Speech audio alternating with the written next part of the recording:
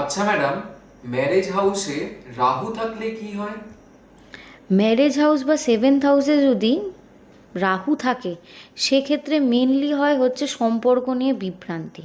মানে সেই ছেলেটি বা মেয়েটি কী চায়, মানে কীরকম পার্টনার চায়, সেটা সে ঠিক করে উঠতে পারে না। আর পার্টনার নিয়ে অনেক বেশি ডাউটও থাকে। যদি কেউ রিলেশনশিপে থাকে, সে মনে করবে যে এর থেকে বেটার আমি কাউকে পেয়ে যাব।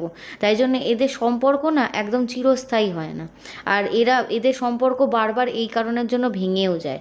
আর এদের মধ্যে এমন এক ধরনের মানে চাহিদা থাকে, এরা মাঝে মধ্যেই না যে কোনো লোকের প্রতি, মানে মানুষের প্রতি এরা আকর্ষিত হয়, মানে অ্যাট্রাক্টেড হয়ে যেতে পারে। মানে রিলেশনশিপে থাকাকালীন হতেও পারে যে সে অন্য কোনো মানে মানুষের প্রতি অ্যাট্রাক্টেড হয়ে গেল, এরকম টাইপের হয়।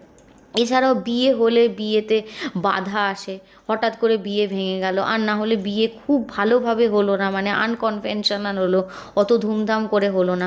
আবার এমনও হতে পারে হঠাৎ করে পালিয়ে গিয়ে বিয়েও হতে পারে রাহু সেভেন্থ হাউসে থাকলে। ম্যারেজ লাইফে খুব একটা সুখী হতে পারে না সেভেন্থ হাউসে রাহু থাকলে। দূরত্ব থাকে, সেরকমভাবে কমিউনিকেশান হয় না। এছাড়াও সেকেন্ড বিয়ের চান্সেসও কিন্তু দেখা যায় সেভেন্থ হাউসে যদি রাহু থাকে, মানে এক্সট্রা ম্যারিটাল অ্যাফেয়ারও ইভেন যোগ থাকে।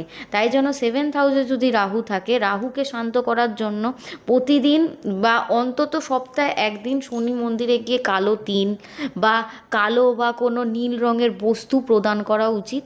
এছাড়াও শিব পার্বতীর পুজো অবশ্যই করা উচিত। আর যাদের সেভেন্থ হাউসে রাহু আছে, তাদের রিকোয়েস্ট করব অবশ্যই ভালো একজন অ্যাস্ট্রোলজার দেখিয়ে এটার প্রতিকার করান। আচ্ছা ম্যাডাম, ধন্যবাদ।